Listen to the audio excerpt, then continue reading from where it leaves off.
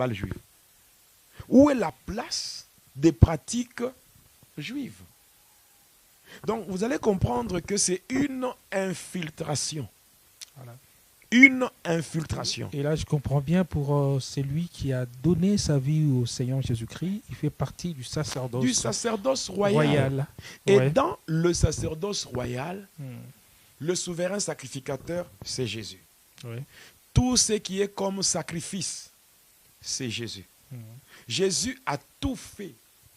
Maintenant, le sacerdoce lévitique, ici passant par la Kabbale juive, a comme mission de saboter l'œuvre de la croix.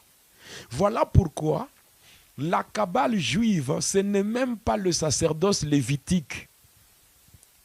Je ne sais pas si vous me comprenez. Oui. Ce n'est même pas le sacerdoce lévitique, c'est le sacerdoce kabbalistique.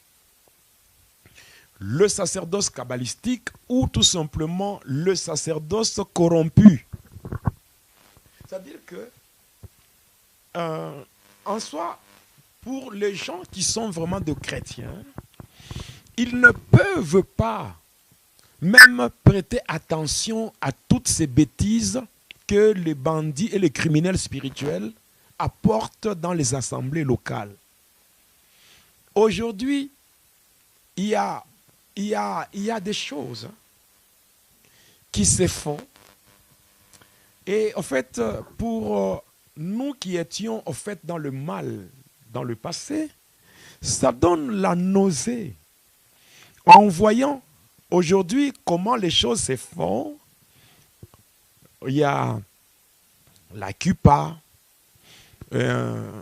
Mesdames, Mesdemoiselles, Messieurs, aimables internautes, aimables téléspectateurs, ça a toujours été pour moi un réel plaisir de vous savoir nombreux.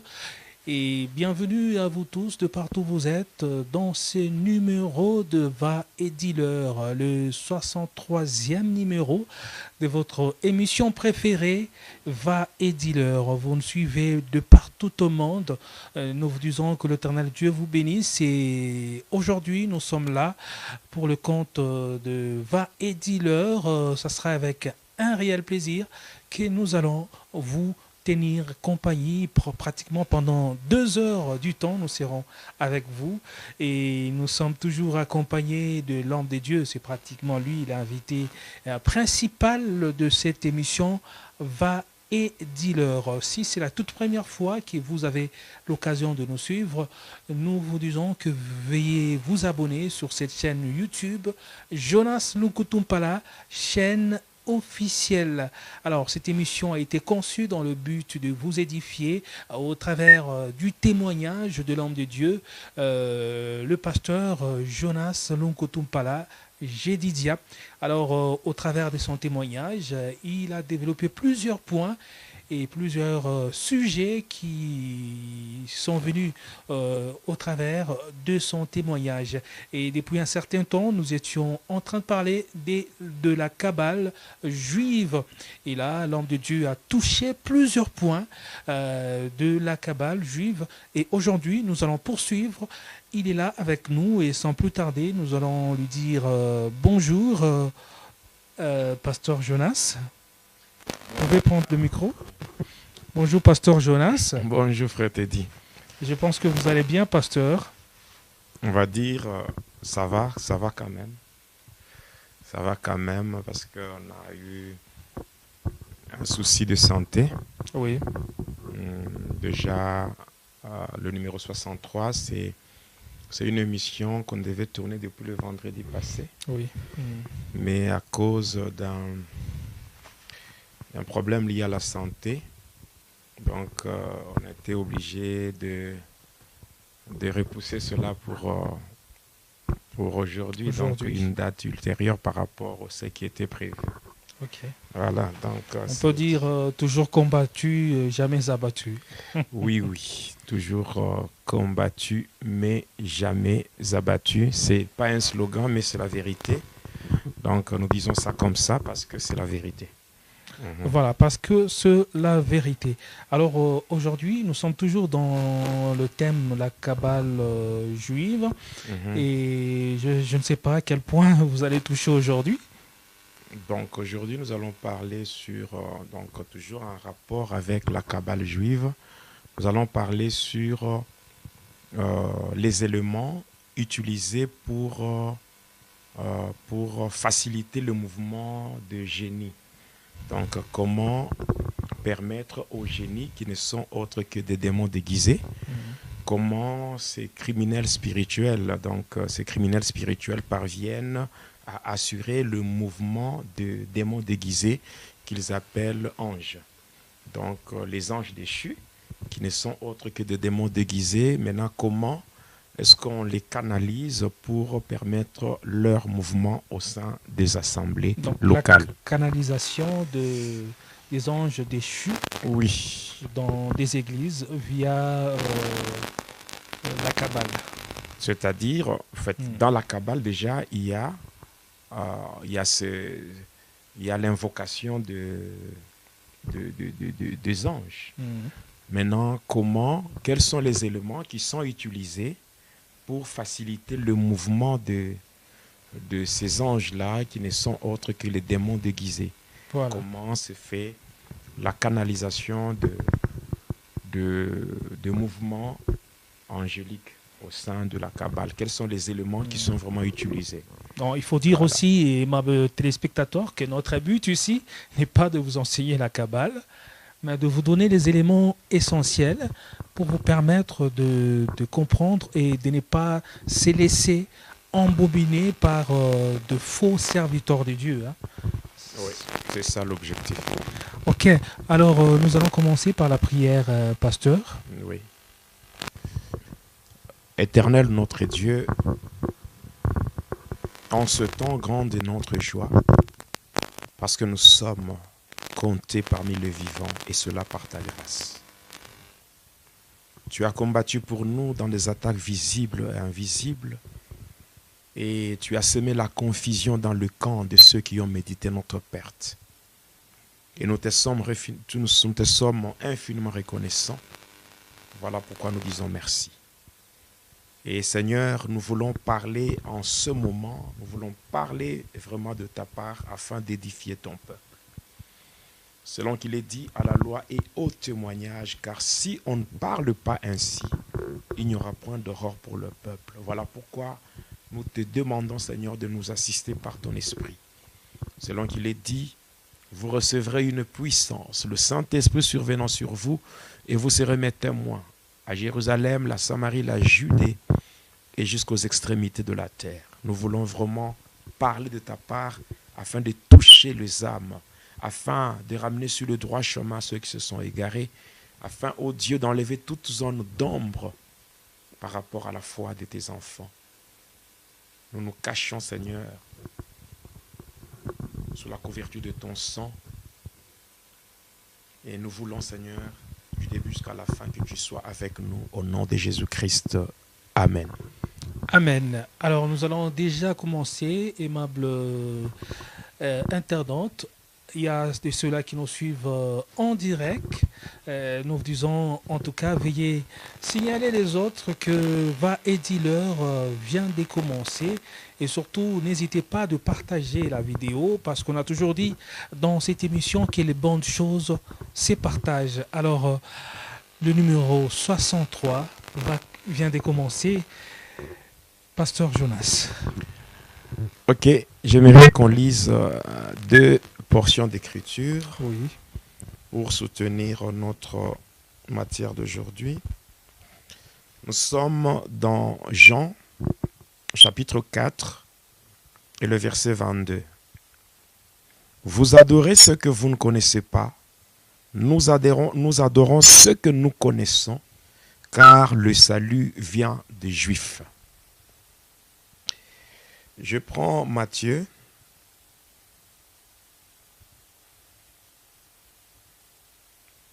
Matthieu 11 et le verset 13. Car tous les prophètes et la loi ont prophétisé jusqu'à Jean. Amen. Comme je le disais déjà dans l'introduction,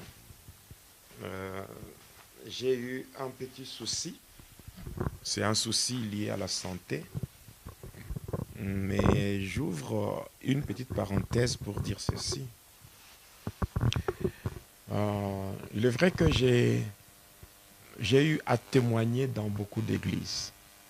J'ai témoigné à Likasi, à Kolwezi, à Kipushi, Kasumbalesa. Lubumbashi. Oui. À Lubumbashi, dans beaucoup d'églises. À Kipushi, dans beaucoup d'églises. Kasumbalesa, Kipushi, Kolwezi, même au village Katanga. Je suis allé là-bas. J'ai travaillé là-bas. Et aussi à Kinshasa, en Afrique du Sud, en Zambie, dans beaucoup d'endroits, beaucoup de pays, en Côte d'Ivoire, tout ça. Mais au fait, je n'ai jamais été combattu comme ce que je ressens comme attaque par rapport à l'émission Va et Dealer. Il est vrai que lorsque le Seigneur m'avait fait quitter le séjour des morts, il m'avait donné un ordre précis en me disant « Va et dis-leur, car ce que tu connais n'est pas pour toi seul. » Et ça, le Seigneur me l'avait dit. Et il m'avait dit que j'allais beaucoup souffrir, mais que dans cette souffrance, lui-même serait avec moi pour me fortifier et me soutenir. Mais ce que je ne savais pas, c'est que je ne savais pas que les attaques pouvaient venir des églises.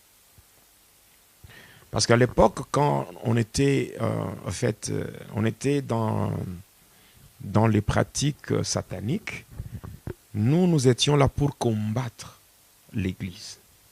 Nous, on s'attaquait aux hommes de Dieu, on détruisait, on faisait beaucoup de choses vraiment pour la gloire de Satan. Et on s'est dit, mais lorsqu'on donne sa vie à Jésus, finalement, on a déjà un camp dans lequel on va appartenir. Et étant dans ce camp-là, on aura quand même du repos et un soutien de tous ceux-là qui sont du corps du Christ. Mais malheureusement, je dis bien malheureusement, depuis que j'ai commencé Va et Dealer, ceux-là qui me combattent le plus, ce sont ceux-là qui sont en train de chapeauter certaines églises. Et j'ai évolué lorsque j'ai commencé à témoigner sur la sorcellerie. J'ai parlé sur la sorcellerie. J'ai parlé sur la magie indienne, sur la magie sainte, le catch et toutes ces choses. Mais lorsque j'avais juste annoncé que j'allais parler maintenant de la sorcellerie religieuse, ou en d'autres termes, lorsque j'ai parlé, j'avais annoncé que j'allais maintenant aborder l'étape qui concerne l'occultisme dans l'Église. Et c'est là vraiment, c'était vraiment ce que je peux dire. Je peux parler de la bête noire. Alors à partir de là, je suis devenu un homme à abattre. Et comme je vous disais dans l'émission de la fois passée, dans un entretien que j'ai eu avec Papa Carlito Lassa, il m'avait dit ceci, que j'étais en train de subir une bonne souffrance, c'est-à-dire souffrir pour la cause du Seigneur. Je ne pensais pas que même le pasteur pouvait avoir le culot, l'audace de chercher à m'étendre de pièges pour la gloire de Satan. Je ne saurais pas ici revenir sur le passé. Tout le monde connaît beaucoup de choses dont j'étais victime, des complots, des trucs montés de toutes pièces pour ternir mon image, saper ma réputation et tout. Et en dehors de cela, il y a eu maintenant une série de poisons ou une série d'empoisonnements. Et là, aujourd'hui, je totalise déjà 25 empoisonnements et je suis encore en vie, tout simplement par la grâce de Dieu. Alors, ce que je veux dire comme message au travers de cette parenthèse que j'ai ouverte, je veux dire tout simplement que avec le Seigneur et pour sa gloire, j'irai. J'irai jusqu'au bout. Et j'accomplirai pleinement la mission pour laquelle le Seigneur m'a établi sous le soleil, la mission pour laquelle il m'a ramené de la mort à la vie. Parce qu'il m'a dit, va et dis-leur. Or, quand on prend bien cette phrase, va et dis-leur, on voit très bien que le mode qui est utilisé, c'est le mode impératif. Et le mode impératif traduit un ordre. Et l'ordre ne se discute pas, mais l'ordre s'exécute. L'ordre s'exécute. Alors je suis là pour exécuter l'ordre que j'ai reçu de la part de mon Sauveur. Et qui n'est pas seulement mon Sauveur, mais aussi mon Seigneur. Voilà. Donc je me soumets à sa volonté et je dois faire ce qu'il attend de moi. Même si cela peut m'amener au sacrifice suprême, ça importe peu. Parce qu'il est dit, c'est lui qui perdra sa vie pour Jésus, la retrouvera. Mais celui qui cherchera à protéger sa vie, la perdra. Ouais. Mais celui qui perdra sa vie pour la cause du Seigneur, la retrouvera. Alors là, je vais continuer à parler sur la Kabbale juive. La Kabbale juive, c'est l'ésotérisme des Juifs. Alors, si on doit revenir à une définition classique, on va dire que tout simplement que la Kabbale, c'est la magie des Juifs. La magie des Juifs ou l'occultisme juif.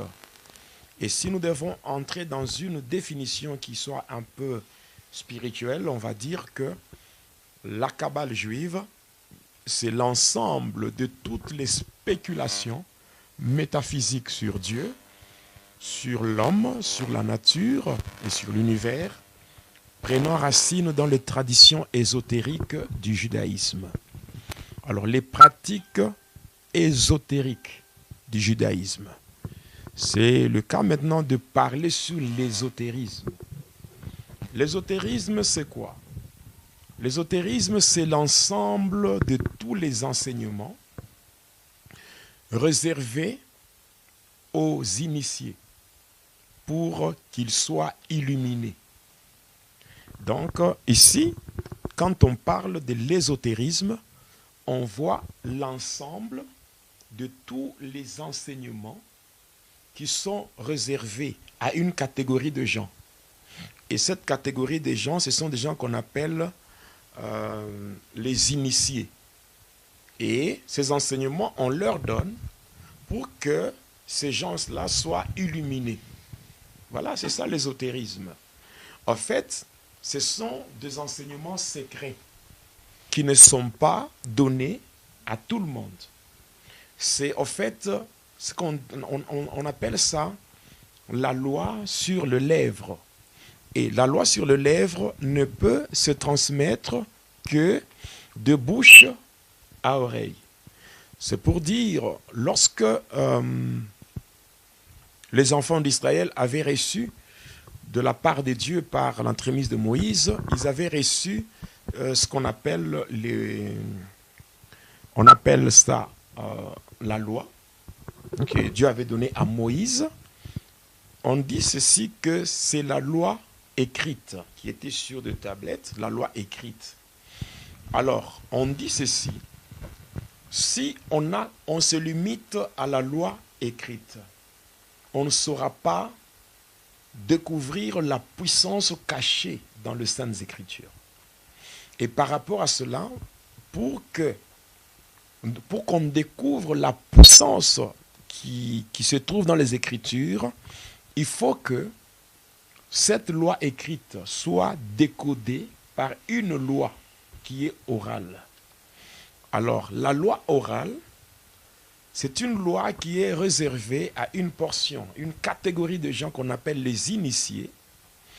Et cette loi orale, qu'on appelle en fait la Kabbalah, c'est quand on mélange ça, c'est comme ça qu'on parvient à tromper les enfants de Dieu.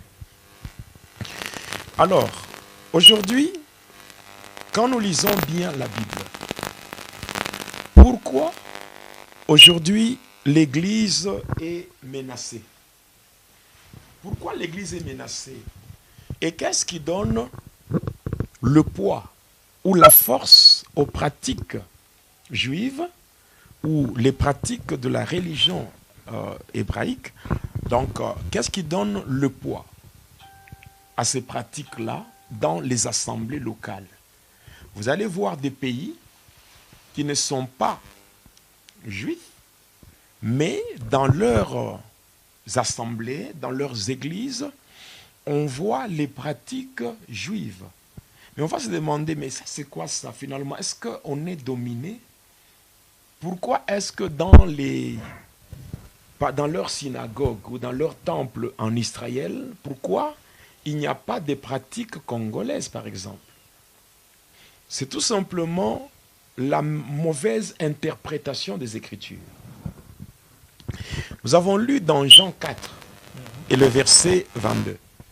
Il est dit, vous adorez ce que vous ne connaissez pas, mais nous adorons ce que nous connaissons et que le salut vient des Juifs.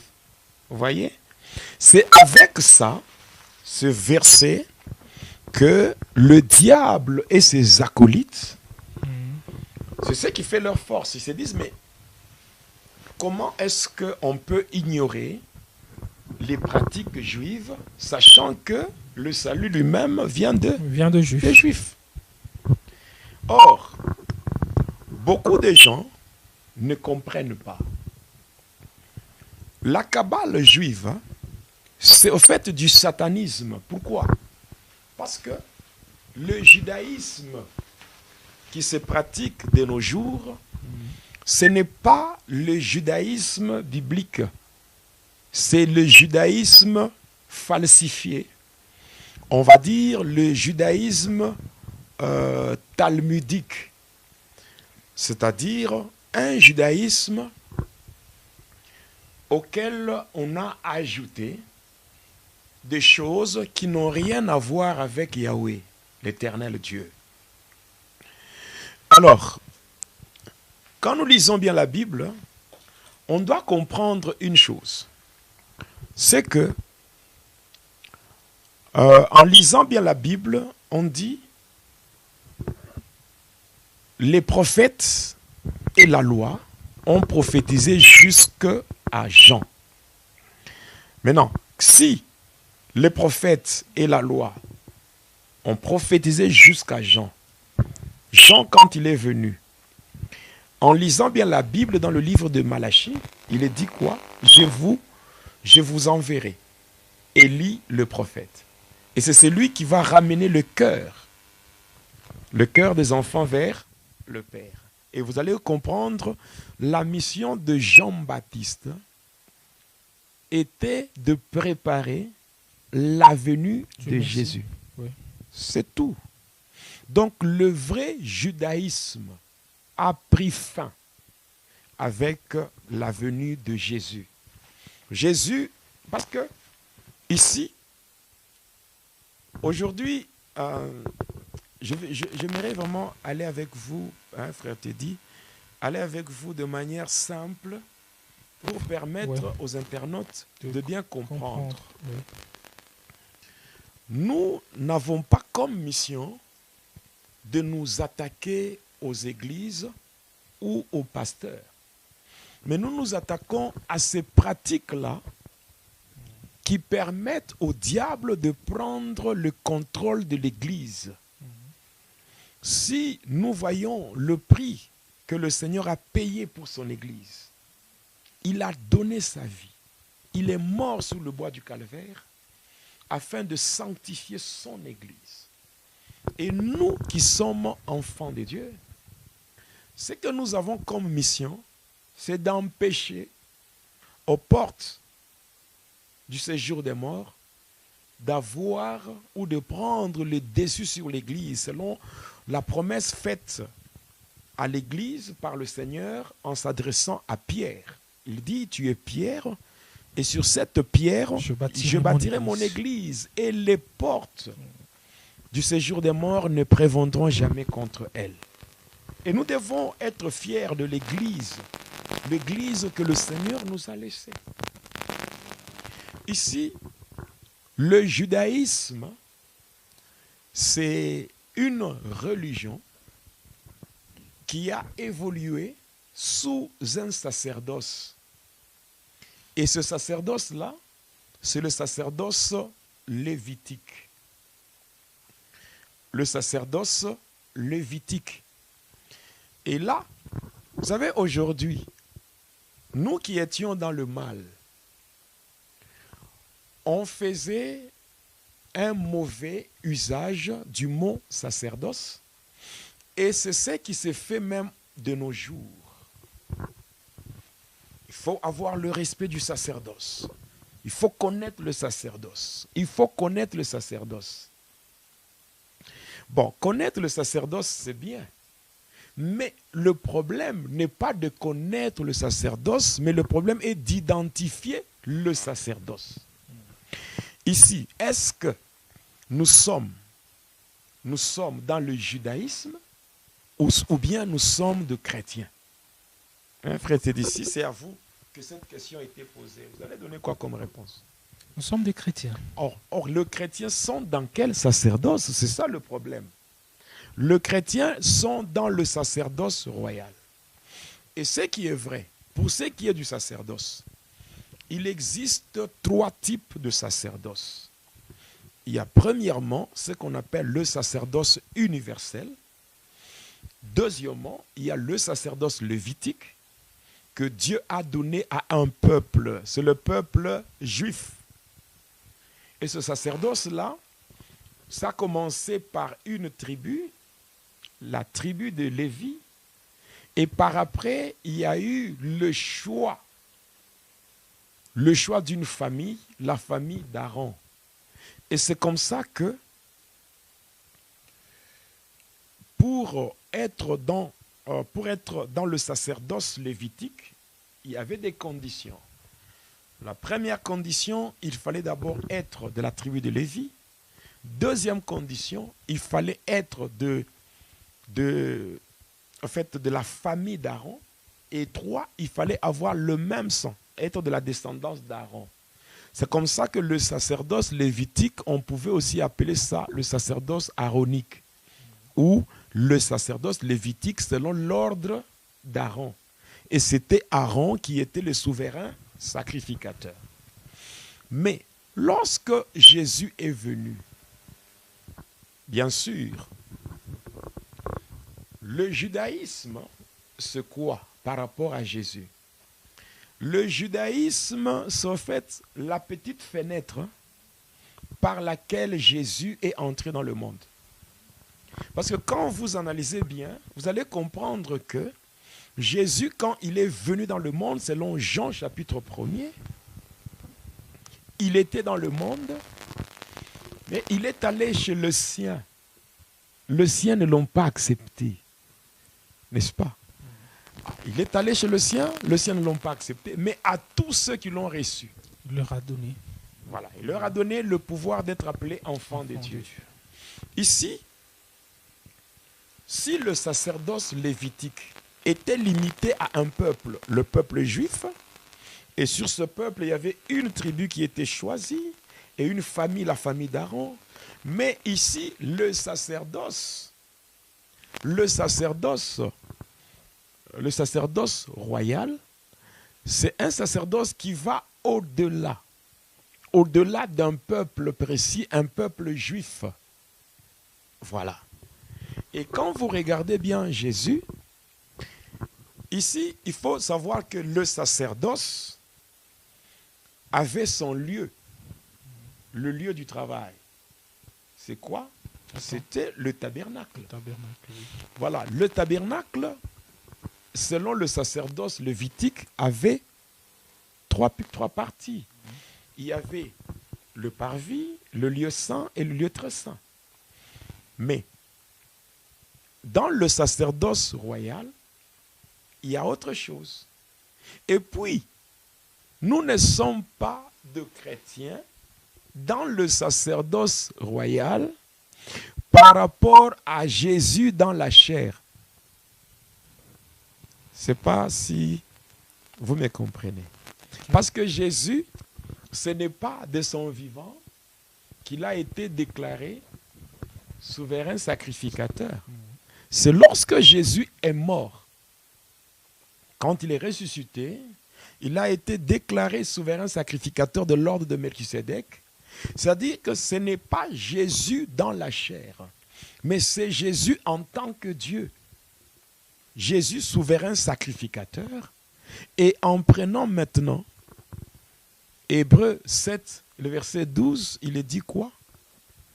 Le sacerdoce étant changé, il y a nécessairement changement de loi. En prenant 1 Pierre chapitre 2 verset 9, la Bible dit quoi? Prenons ça. Ici, on nous parle du sacerdoce royal. Je vais entrer dans la profondeur de cette partie d'aujourd'hui.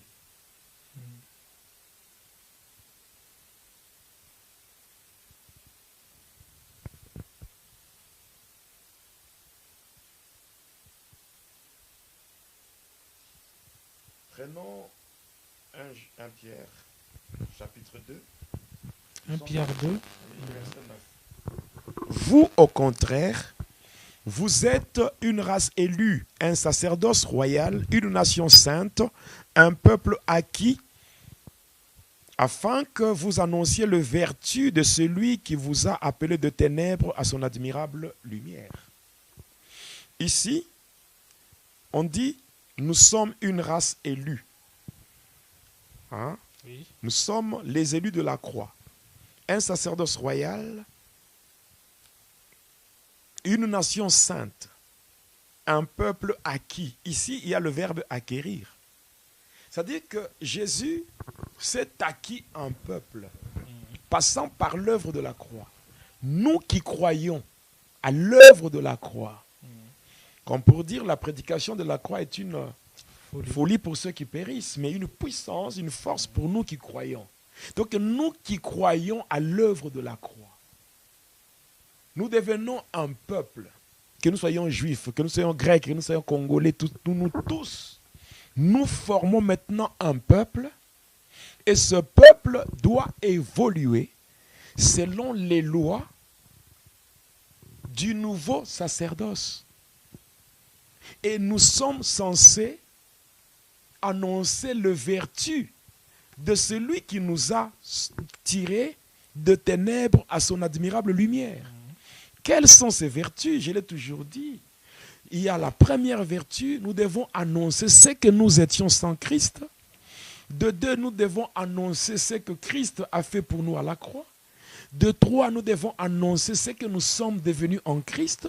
Et quatrième vertu, nous devons annoncer ce que nous serons lorsque Christ sera de retour.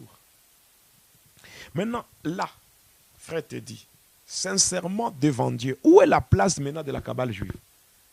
Où est la place des pratiques juives? Donc, vous allez comprendre que c'est une infiltration. Voilà. Une infiltration. Et là, je comprends bien pour celui qui a donné sa vie au Seigneur Jésus-Christ, il fait partie du sacerdoce royal. Et ouais. Dans le sacerdoce royal, le souverain sacrificateur, c'est Jésus. Ouais. Tout ce qui est comme sacrifice, c'est Jésus. Jésus a tout fait. Maintenant, le sacerdoce lévitique, ici, passant par la Kabbale juive, a comme mission de saboter l'œuvre de la croix. Voilà pourquoi la Kabbale juive, ce n'est même pas le sacerdoce lévitique. Je ne sais pas si vous me comprenez. Oui. Ce n'est même pas le sacerdoce lévitique, c'est le sacerdoce kabbalistique. Le sacerdoce kabbalistique ou tout simplement le sacerdoce corrompu. C'est-à-dire que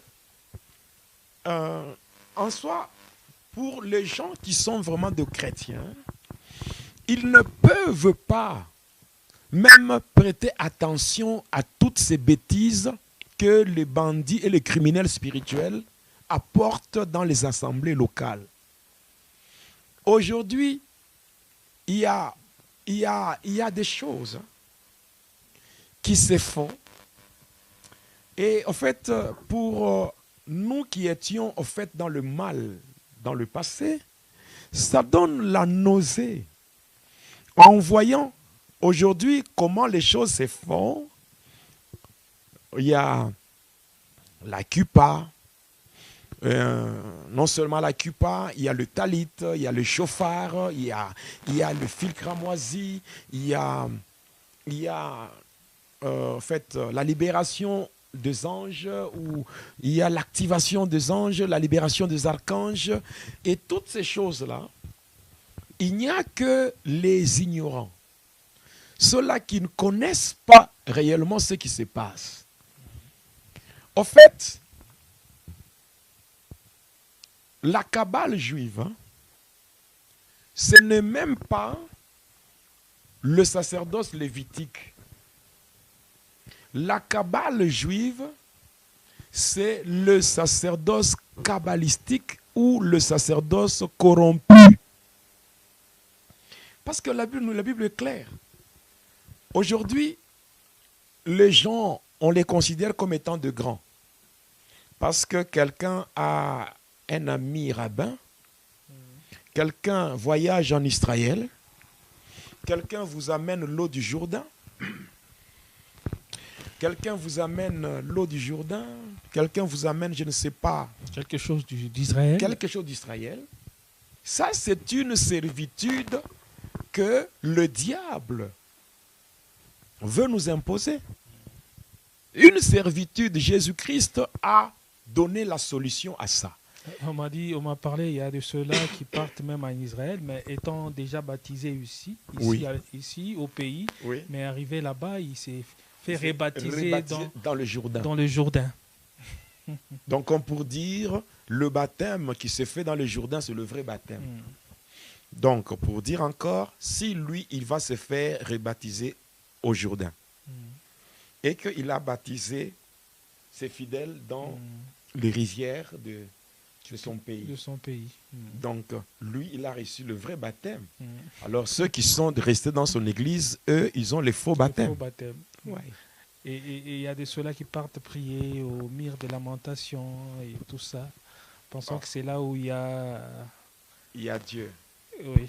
Donc, Dieu, il est maintenant localisé dans les fissures du mur de lamentation. Ça, en fait, c'est l'idolâtrie. S'il faut être maintenant direct sur le plan pratique, là, j'ai parlé d'abord sur le plan théorique. J'ai expliqué en tant que serviteur de Dieu. Parce que nous ne sommes pas là pour témoigner afin d'épater les gens, impressionner les gens, non.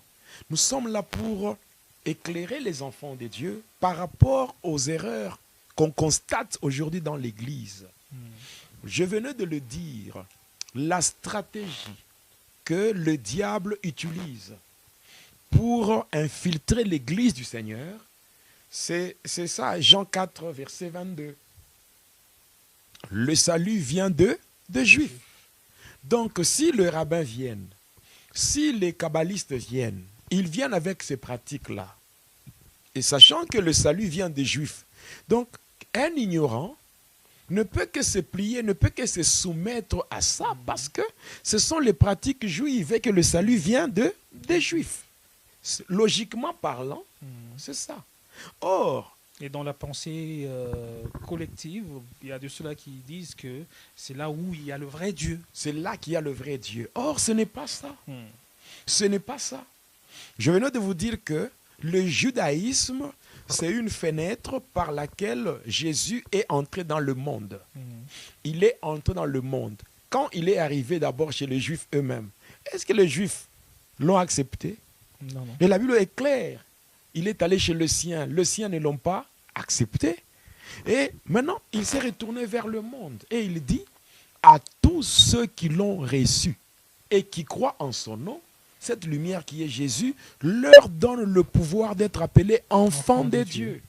Et quand vous lisez les épîtres de Paul, il va dire, il n'y a ni juif, ni grec, car tous sont en Christ. C'est-à-dire que le sacerdoce royal englobe même les juifs. Parce que si, qu'on se le dise la vérité, quand vous allez aujourd'hui en Israël, vous allez trouver des juifs qui sont chrétiens. Des juifs, mais qui sont chrétiens, qui ne sont pas dans le judaïsme. Cela ne veut pas dire qu'aujourd'hui, il faut être honnête. Quand vous allez si réellement les saluts venaient des juifs, pourquoi en Israël, il y a des juifs chrétiens, mais des juifs qui ne sont pas dans le judaïsme? Le vrai judaïsme a déjà pris fin.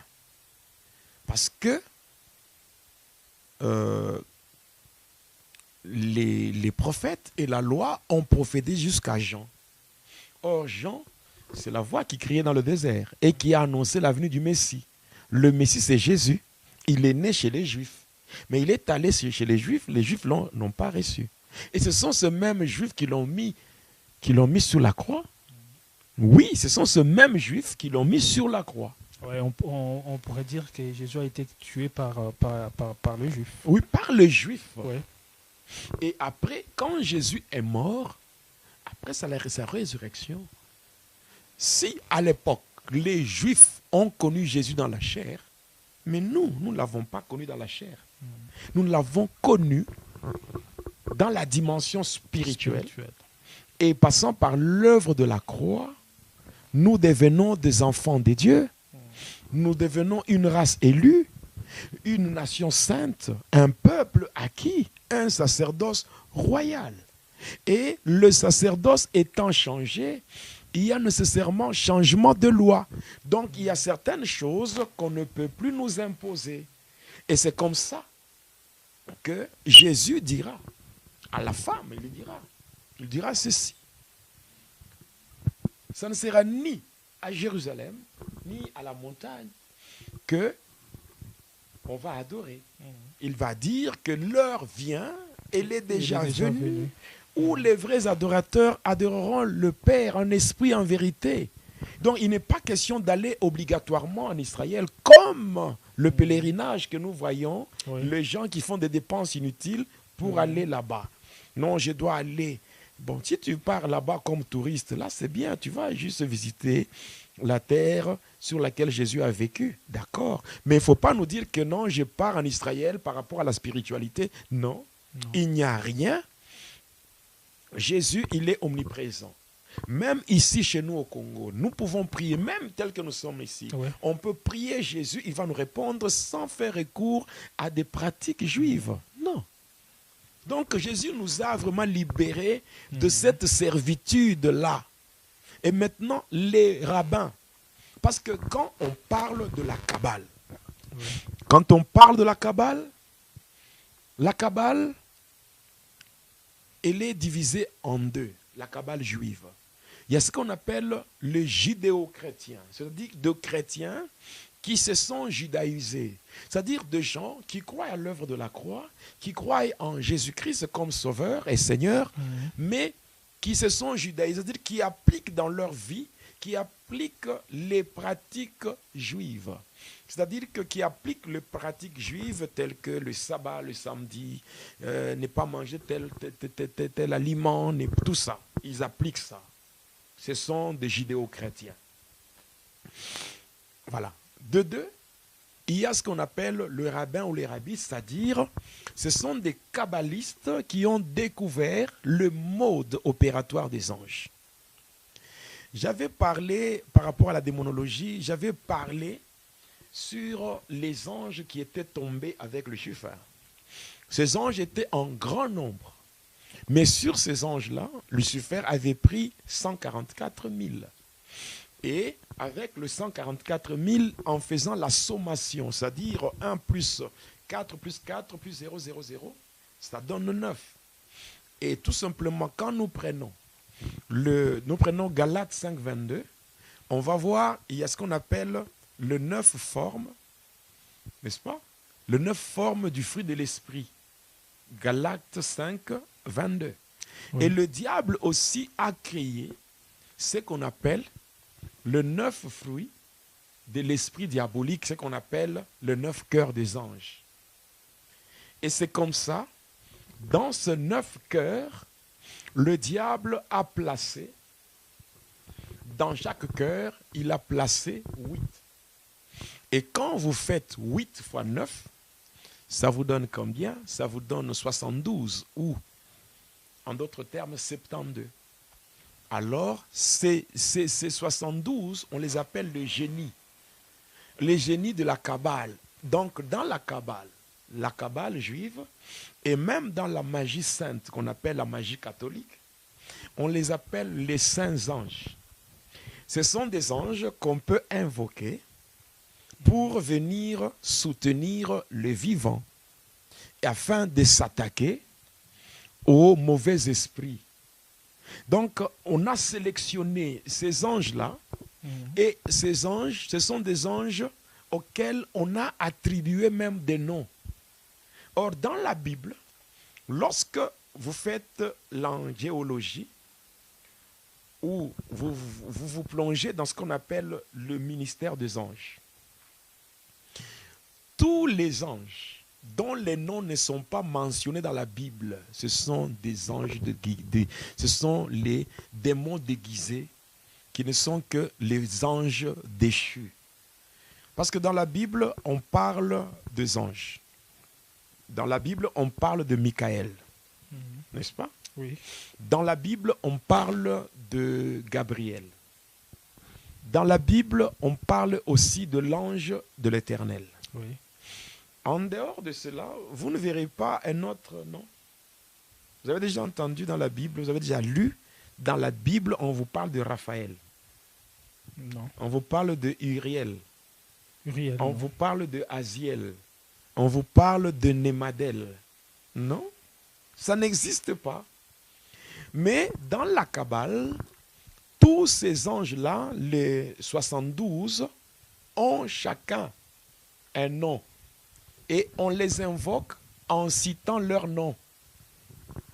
Déjà, quand vous êtes dans une assemblée, ou bien vous êtes dans une église, où le pasteur ou les prophètes, ou je ne sais pas, l'apôtre ou l'évêque qui commence à faire un service, et là, il commence à citer les noms des anges, tels que Nemadel, Uriel, Aziel, tout ça. Tout comme on peut parler de Sandalphon, de Malkout, tout ça. Ce sont des anges déchus, qui sont en fait des démons déguisés, qui prennent la forme des anges. Et là, c'est déjà dans la Kabbale. Comme je vous ai dit dans l'introduction et dans les émissions passées, je vous ai dit que lorsque nous étions formés, parce que moi, déjà à la base, moi, je n'ai pas commencé le satanisme avec la Kabbale juive. Moi, je n'ai pas commencé le satanisme avec la Kabbale juive. Moi, j'ai commencé déjà dans la sorcellerie familiale. À l'âge de 2 mois, j'ai commencé déjà à travailler comme sorcier. Après, j'ai évolué jusqu'à ce que j'étais entré dans le magnétisme spirituel, c'est-à-dire le catch. Après le catch, j'ai été entré dans la magie indienne. Après la magie indienne, j'étais entré dans la magie sainte ou la magie catholique. C'est à partir de là que le prêtre là que j'avais rencontré, lui qui était de nationalité espagnole et de la congrégation des Pères Blancs, c'est celui-là qui va m'introduire dans la magie sainte. En dehors de la magie sainte, c'est celui-là qui va me connecter à ce qu'on appelle les éditions Balsamo. Le numéro 1 de l'occulte dans le monde. Bon, le siège se trouve en France. En France, sur la rue de Berne. Et là, j'ai développé la magie. Alors, en dehors de la magie sainte, j'étais entré dans ce qu'on appelle la magie christique. La magie christique, c'est-à-dire comment utiliser le nom de Jésus dans le satanisme. Après, je suis entré dans la cabale religieuse. Après, j'ai développé, je suis passé dans des sciences occultes quand j'étais à l'université. La Rose-Croix, tout ça, la Rose-Croix, le message du Graal. Parce que je me rappelle à l'ICACI, dans le camp de professeurs de l'ISPT. Vous connaissez l'ISPT? Non, non.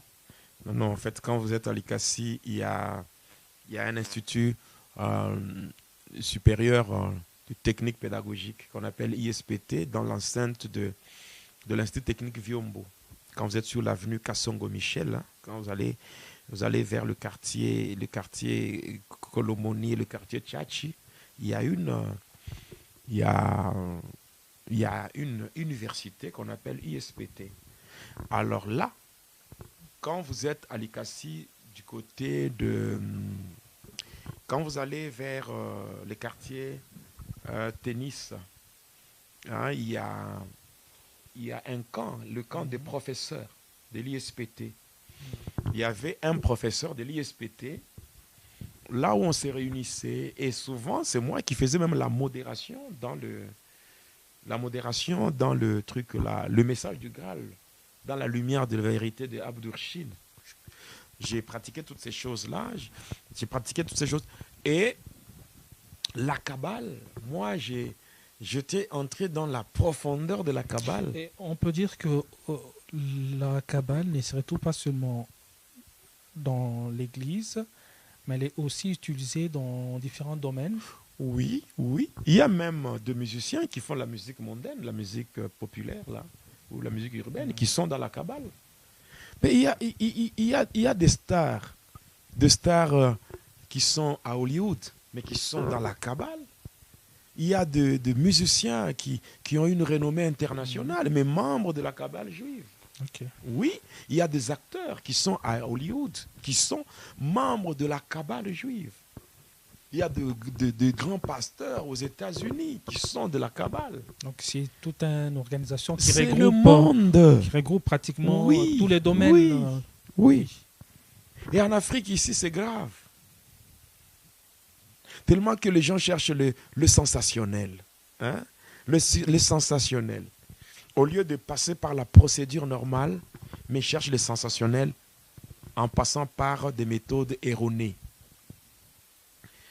Alors, comme j'avais dit la fois passée, lorsque nous étions initiés dans ces pratiques-là, il était question maintenant de faire le recrutement. Le recrutement de serviteurs, de jeunes serviteurs qui avaient un appel authentique, vrai. Appel authentique. Des gens qui ont donné leur vie à Jésus, qui craignent Dieu, mais, au fait, qui sont identifiés comme étant des éléments dangereux par rapport à l'installation donc par rapport à la venue de l'Antéchrist. Parce qu'aujourd'hui, beaucoup de gens s'imaginent que quand on parle de l'Antéchrist, on est en train de parler d'une histoire parce qu'on a lu ça dans la Bible. Non. Le capitaine Samanuli, ce n'est pas un mythe, c'est une réalité. Beaucoup de gens travaillent pour lui, surtout la Kabbale juive. La Kabbale juive est là pour combattre le Seigneur Jésus-Christ. Et au travers de toutes ces choses qui se font, le vrai judaïsme avait comme mission de préparer la venue du Messie. Voilà pourquoi, comme il est dit dans les Saintes Écritures, c'est que les prophètes et la loi se sont arrêtés à qui? À Jean. Et Jean, par lui, il présente le Messie. Maintenant, le nouveau judaïsme, qui est au fait un judaïsme qui évolue sous un sacerdoce corrompu, un sacerdoce kabbalistique, ce judaïsme a comme objectif de préparer la venue de l'Antéchrist et aussi au travers des éléments qui sont utilisés pour canaliser le déplacement des esprits. Il y a un élément qu'on appelle le chauffard. Je vais parler de ça aujourd'hui même. Le chauffard, le talit et toutes ces choses. On est en train de préparer la reconstruction du troisième temple. Je ne sais pas si ça aussi c'est quelque chose qui est caché. Non. Les appels de fonds que les Juifs font aujourd'hui, c'est pour rebâtir le troisième temple qui sera en fait la cité même de l'Antéchrist, là où il ira pour s'autoproclamer comme étant Dieu. C'est ce qu'ils cherchent. Leur, comment ils appellent ça? Hachem. Voilà. Maintenant, avec l'identification, il y a l'observation et l'identification de jeunes serviteurs ayant l'appel authentique, et de deux, l'identification de serviteurs qui ne prospèrent pas. Je ne sais pas si vous me comprenez bien. Okay. L'identification de serviteurs, de jeunes serviteurs qui ont un appel authentique. De deux, l'identification de tous les serviteurs vrais qui ont des églises mais qui ne prospèrent pas sur le plan matériel et sur le plan financier. C'est à ces deux catégories de gens que nous étions envoyés pour les séduire en leur proposant des moyens faciles afin d'émerger. Oui. On vous propose la gloire, on vous propose la célébrité, on vous propose comment faire de vous un homme grand, faire de votre nom un nom grand. Vous voyez? N'est-ce pas? Il y a aujourd'hui, quand vous regardez, faites-moi un constat. Il y a des églises où le pasteur prêche la parole de Dieu, mais ces églises-là n'ont pas beaucoup de gens. Ces églises-là n'ont pas beaucoup de gens. Ces églises-là, les gens ne donnent pas suffisamment les offrandes. Et maintenant, il y a des pasteurs qui croient que le fait d'avoir peu de gens, le fait de ne pas avoir beaucoup d'offrandes, c'est que Dieu ne les écoute pas. Dieu n'est pas avec vous. Dieu n'est pas avec eux. C'est vers ces gens-là que les agents de ténèbres vont maintenant proposer. Nous, on a proposé beaucoup de choses. Maintenant, sachant que la Bible, elle est à la portée de tout le monde. La Bible, elle est à la portée de tout le monde. Mais l'ésotérisme n'est pas à la portée de tout le monde. Oui. Parce que l'ésotérisme, maintenant, c'est l'ensemble de tous les enseignements qui sont réservés aux initiés. Parce que dans l'ésotérisme, en fait, c'est les enseignements qui sont là sont basés sur la loi sur les lèvres, la loi qui se transmet de bouche à l'oreille, c'est-à-dire, il faudra maintenant, les gens là, vers qui on est orienté, une fois qu'on a convaincu ces gens en leur proposant des apparts comme la gloire, la célébrité, l'argent, tout ça, mais une fois que ces gens ont accepté, il faut maintenant leur dire que il faut vous enseigner, vous donner certains enseignements qui vont vous aider à décoder la Bible. Pour que la Bible soit décodée et que vous puissiez accéder maintenant à la puissance. Et c'est par là qu'il y a certaines cérémonies que j'ai expliquées et qui aboutissent à une étape cruciale qui fera ce que l'esprit de la personne initiée soit inondé de la conscience luciférienne. C'est-à-dire que la personne commence à comprendre le monde et à voir l'humanité à la manière du diable. Et ça, c'est cette étape qu'on appelle l'activation ou l'ouverture du troisième œil. Or, à partir de cet œil-là, la personne initiée est capable de sortir de son corps pour aller rencontrer des entités et commencer à opérer avec ces entités-là. Maintenant, c'est là que la personne sera initiée dans un autre sacerdoce qu'on appelle le sacerdoce kabbalistique. Et dans le sacerdoce maintenant kabbalistique, la personne sera mise en contact avec certains éléments. Ces éléments-là qui doivent être utilisés. Il y a maintenant les éléments qu'il faudra maintenant utiliser. Quels sont ces éléments-là? C'est-à-dire comment canaliser maintenant, comment canaliser ces esprits. Parce qu'une fois que vous êtes en contact, parce que l'ouverture, parce que votre troisième œil est déjà activé, le chakra, l'œil qui voit tout. Et à partir de cet œil, l'homme est en mesure de sortir de son corps et de se connecter aux entités. En sortant de son corps, il se connecte aux entités pour le canaliser et commencer à opérer avec ces entités lors du service. Maintenant, il y a ceci. Dans la Kabbale, vous allez comprendre ceci. Je vous ai dit par rapport au talit, il y a des nœuds qui sont au nombre de combien? De 11. J'ai dit que ces nœuds-là, qui sont au nombre de 11, ça représente ce qu'on appelle le syncrétisme. Les 5 premiers nœuds représentent ce qu'on appelle le Pentateuque, ou les 5 premiers livres qui sont attribués à Moïse. Et les 6 nœuds qui restent, c'est ce qu'on appelle la Mishnah, c'est-à-dire la loi sur les lèvres. Or, déjà, en d'autres termes, ici, il faut faire la fusion entre la Bible et le Talmud. Le Talmud et les autres livres qui contiennent les enseignements ésotériques. Et par conséquent, la personne devient capable de prêcher la Bible d'abord, dans son entièreté.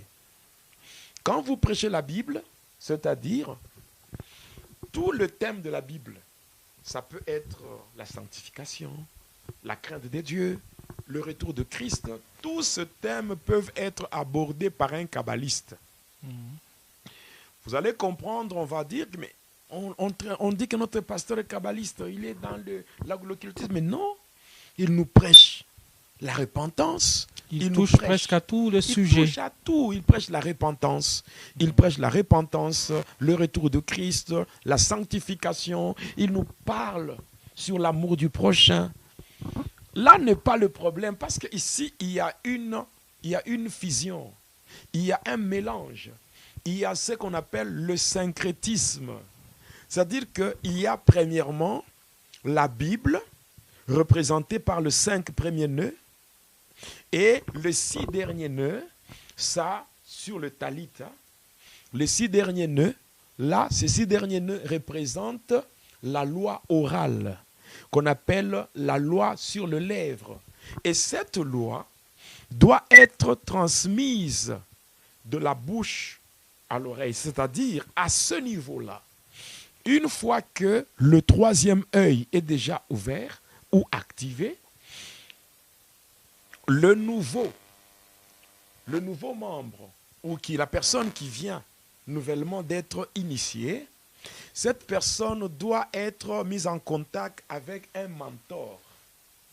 Ce mentor-là, c'est le daddy.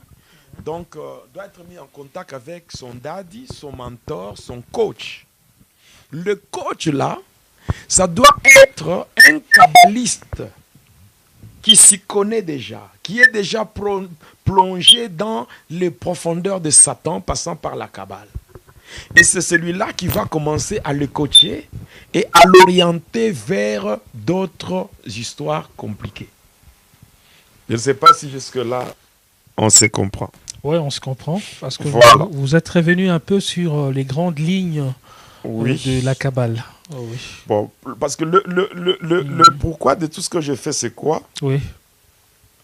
Tout ce que je fais, c'est que il y a des gens qui par exemple, l'émission, le numéro 62, j'ai vu, il y a des gens qui m'ont appelé, qui ont dit, en tout cas, ça nous a compliqué sur le problème de Talit, les calculs, là. Okay. Voilà. Alors, maintenant, pour masquer, parce qu'une fois que la personne a vu son troisième œil ouvert, déjà à partir de là, la personne commence à travailler avec les entités. Or, les entités, nous qui sommes enfants de Dieu, nous ne pouvons pas opérer avec les entités. Nous devons opérer avec le Saint-Esprit. C'est ça, maintenant le problème. Les entités, c'est ce qu'on appelle les grégores. C'est grégores, non? Ce sont les anges, maintenant, les anges déchus. Ok. Oui. Les entités, là, ce sont les anges déchus. Maintenant, là, il faut faire usage des éléments. C'est là qu'il y a maintenant la Kabbale. La Kabbale entre en action. Là, en fait, le sacerdoce kabbalistique, on va utiliser les éléments que les hommes utilisent régulièrement. On va utiliser l'eau, l'huile, le sel, il y a l'utilisation des bougies, l'encens, vous voyez, l'encens, on peut utiliser même le lait, on peut utiliser même les jus, on peut utiliser même le pétrole. Oui. Vous avez vu un homme qui avait fait brouter de l'herbe aux enfants de Dieu sous forme de délivrance. Maintenant, quand il y a ces éléments-là, il y a le parfum, il y a le savon. Vous voyez ces éléments que je cite? Oui. Là, maintenant, même les choses qui ne se pratiquaient pas même dans le sacerdoce lévitique, nous, on les utilisait. Donnez-moi un seul verset biblique où on a dit que pour que la malédiction sorte du corps, il faut que tu te laves avec un savon spécial. Il n'y a pas. Donnez-moi un verset où on dit qu'il faut aller prendre tel parfum, parfum de tel ange. Parce que ça se vend même dans des boutiques maintenant. Parfum de ceci, parfum de cela, parfum de cela, parfum de ceci. Il y a ces éléments-là qu'on commence à utiliser. C'est pour chercher comment canaliser les entités. Donc, comment canaliser les entités? Alors, comme je viens de le dire, on doit faire usage, par exemple, de l'eau, l'huile, le parfum, les bougies, le sel, l'encens, le mazout, pétrole, le lait, même le jus. Et tous ces éléments-là ont comme objectif de supprimer l'œuvre de la croix. Parce que quand il y a un sacerdoce, il faut qu'il y ait un autel, et puis il faut qu'il y ait le sacrifice, il faut qu'il y ait la prêtrise et toutes ces choses-là. Mais quand nous regardons l'œuvre de la croix, Jésus lui-même est le souverain sacrificateur. Jésus lui-même est le sacrifice, le sacrificateur qui s'est fait sacrifice. Lui-même, Jésus s'est sacrifié. Oui. Donc, Jésus a englobé tout. En fait, pourquoi on ne demande pas? En fait, le sacerdoce ou la Kabbale juive veut ramener le peuple de Dieu dans des pratiques qui ne sont plus d'actualité. Ces pratiques-là le ramenaient encore. Donc retourner le peuple de Dieu dans ce qui était ancien. Ce qui était ancien. Oui. Et au travers de ça, les entités ont cette facilité d'opérer sans être identifiées. Ah, ok. C'est comme ça que ça s'est fait. Et maintenant, au travers de ça, vous allez découvrir que la personne qui est initiée, qui est nouvellement initiée, on va lui donner maintenant les éléments qui vont lui permettre d'assurer la descente et le déplacement des entités. C'est comme ça qu'on donne la kippa, qu'on met là-bas, on donne le talit, on donne également le chauffard et toutes ces choses qui vont avec. Maintenant, au travers de ça, lorsque les agents maintenant de ténèbres qui sont maintenant initiés commencent à agir, ça se fait comment? En agissant, il faut voir ce qu'on appelle le symbolisme.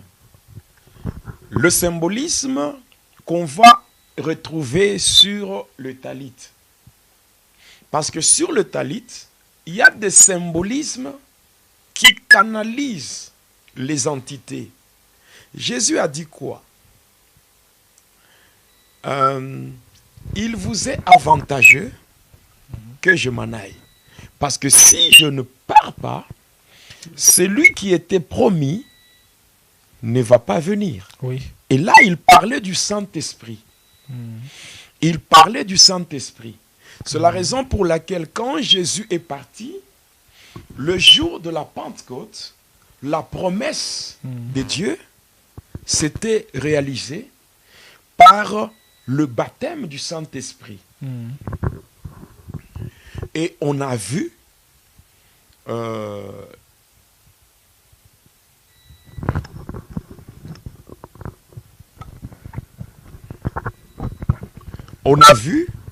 la descente et le fusion du Saint-Esprit sur le disciple. Et c'est maintenant avec le Saint-Esprit que les vrais serviteurs de Dieu doivent faire le service, même dans la dimension sacerdotale. Mais eux maintenant, dans la Kabbale, il faudra que ça soit canalisé au travers de ces éléments-là. Une fois qu'il y a la descente des entités, il faut savoir maintenant comment assurer leur déplacement. C'est ainsi qu'on donne la kippa, deuxièmement, on donne le talit. Troisièmement, on donne le chauffard. Vous voyez, quand on prend le chauffard, on sonne. Le chauffard dans la Kabbale. En fait, ce que les enfants de Dieu ne savent pas, c'est que le chauffard comporte 4 sons. Ok. 4 sons. Le premier son, quand on sonne, le premier son qui sort du chauffard a comme objectif de préparer les esprits. C'est-à-dire, les gens qui sont dans la salle, on commence par les préparer.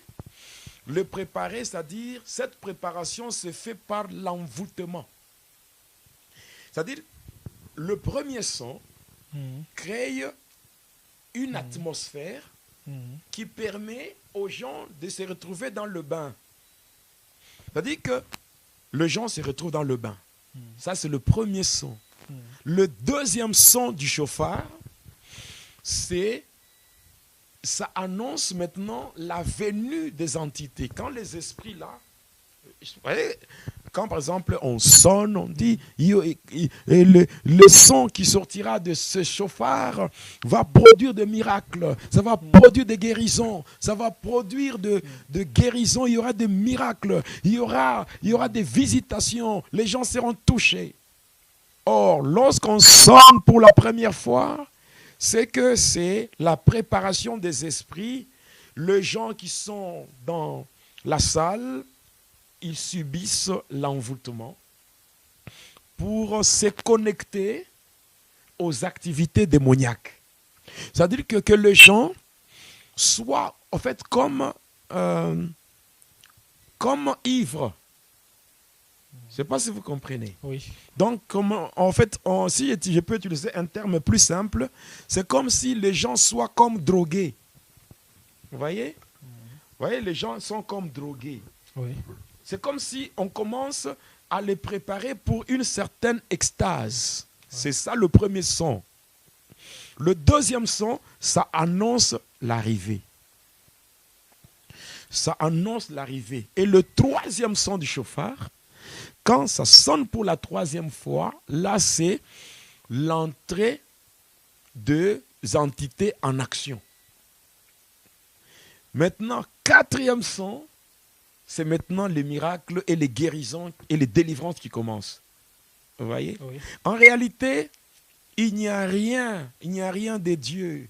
Il n'y a que les démons qui s'amusent, qui se jouent des enfants de Dieu. Et je pense que ceux qui nous suivent comprennent bien le chauffard. Oui. Oui.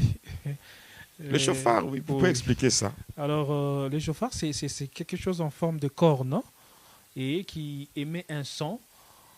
C'est comme un instrument qu'on utilisait dans les temps anciens qui émet un son pratiquement musical. Hein.